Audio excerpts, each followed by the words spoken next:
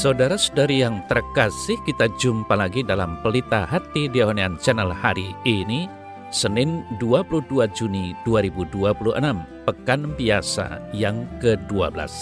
Bersama saya Romo Thomas Suratno, SC dari komunitas SC Teluk Betung, Bandar Lampung, mendengar dan merenungkan sabda Tuhan, yakni firman Tuhan yang tersurat dalam Injil Matius, bab atau pasal 7, ayat 1 sampai dengan ayat 5.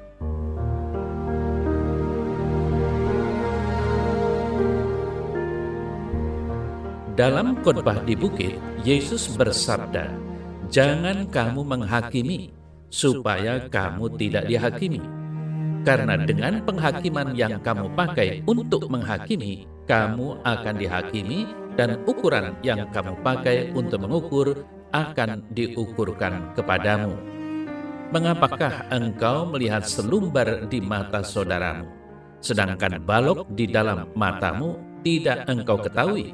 Bagaimanakah engkau dapat berkata kepada saudaramu, biarlah aku mengeluarkan selumbar itu dari matamu, padahal ada balok di dalam matamu?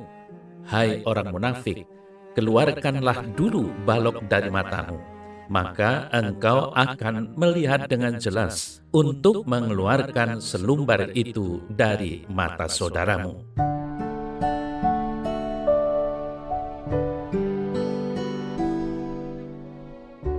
Saudara-saudari yang terkasih, menghakimi orang lain itu mudah. Ada kepuasan tertentu yang didapat dari hal itu. Jika tidak, seseorang tidak akan melakukan tindakan seperti itu. Bahkan, setiap dosa yang kita lakukan membawa serta kepuasan tertentu.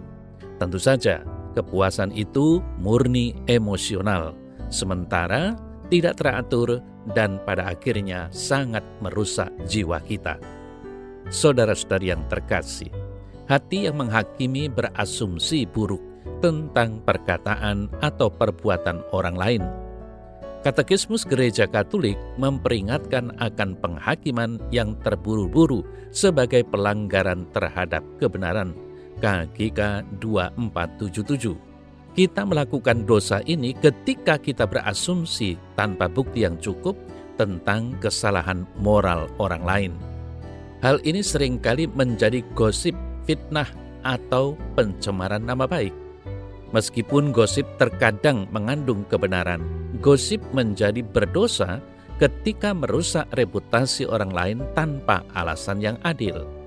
Fitnah tanpa perlu mengungkap kesalahan nyata orang lain, sementara pencemaran nama baik memutarbalikkan kebenaran dan menyebarkan kebohongan. Masing-masing tindakan ini berasal dari hati yang menemukan kepuasan yang tidak teratur karena melakukan penghukuman daripada berbelas kasihan. Saudara-saudari yang terkasih, setiap kali kita menghakimi orang lain secara tidak adil, baik melalui kritik batin maupun kecaman publik, kita jatuh ke dalam dosa ini. Nah, untuk memperbaikinya, kita harus memeriksa motivasi kita. Dosa itu menipu, terutama bagi orang yang melakukannya.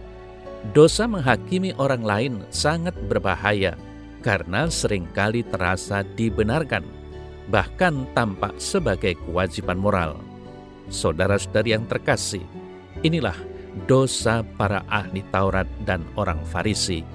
Mereka menghakimi orang lain, menafsirkan hukum Musa melalui tradisi kaku mereka, bukan kebenaran sejati. Kesombongan diri mereka meyakinkan mereka bahwa mereka bertindak atas nama Tuhan. Tetapi mereka dibutakan oleh kesombongan yang tidak hanya merugikan orang lain, tetapi juga membahayakan jiwa mereka sendiri. Saudara-saudari yang terkasih, hati yang menghakimi sulit diatasi. Untuk mengatasinya, kita perlu melepaskan perasaan dan luka yang tidak teratur, serta berpaling kepada terang hikmat Allah. Ini akan menyakitkan, karena kita harus mengakui dosa kita. Ketika perkataan atau tindakan orang lain menyinggung kita, akan lebih sulit lagi untuk menghadapi dosa kita sendiri terlebih dulu. Namun, Yesus menjelaskan bahwa Kecuali kita terlebih dulu menyingkirkan balok kayu di mata kita sendiri, kita tidak dapat menyingkirkan serpihan di mata orang lain. Saudara-saudari yang terkasih, satu-satunya cara untuk menghilangkan balok kayu di mata kita sendiri adalah dengan bertumbuh dalam kebajikan belas kasihan. Kita harus mengasihi setiap orang berdosa, terutama mereka yang telah menyakiti kita, sedemikian rupa sehingga setiap keinginan jiwa kita diubah oleh belas kasihan. Dengan pikiran kita harus memahami dan menerima kebenaran Allah tentang belas kasihan. Dan dengan kehendak kita harus memilihnya.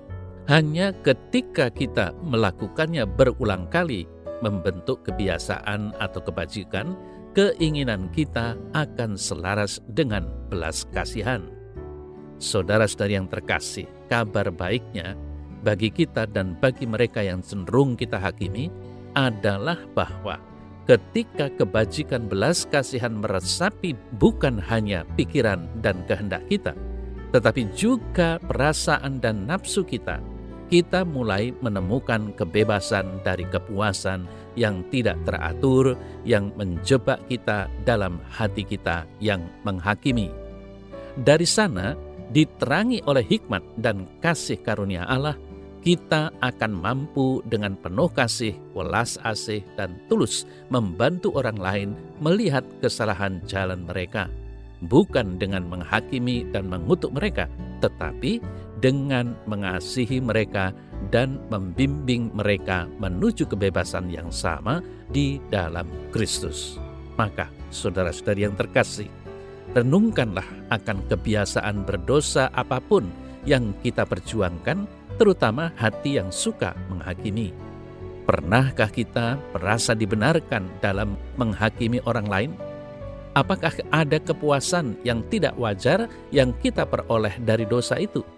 Rendahkanlah diri kita di hadapan belas kasih Allah jika pertanyaan-pertanyaan ini menantang kita, dan jangan takut untuk mengakui kesalahan kita. Mohonlah kebebasan dari roh yang suka menghakimi dan rangkulah karunia belas kasih yang jauh lebih besar. Meskipun menantang, latihan seperti itu pada akhirnya membebaskan dan akan memungkinkan kita untuk membantu mereka yang paling membutuhkan belas kasih Allah.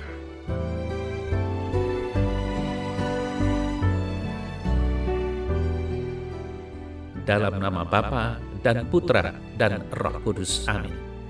Ya Allah yang Maha Pengasih, aku datang di hadapan-Mu dan dengan rendah hati mengakui pergumulanku, yakni hatiku yang suka menghakimi. Bebaskanlah aku dari dosa ini, sucikan hatiku, dan ubahlah aku menjadi alat kasih dan belas kasihan-Mu. Semoga aku tidak menghakimi siapapun tanpa kebenaran dan keadilan-Mu, dan semoga aku selalu memberikan belas kasihan yang aku sendiri rindukan untuk menerimanya. Amin. Semoga Allah yang Maha Kuasa memberkati saudara dalam nama Bapa dan Putra dan Roh Kudus. Amin.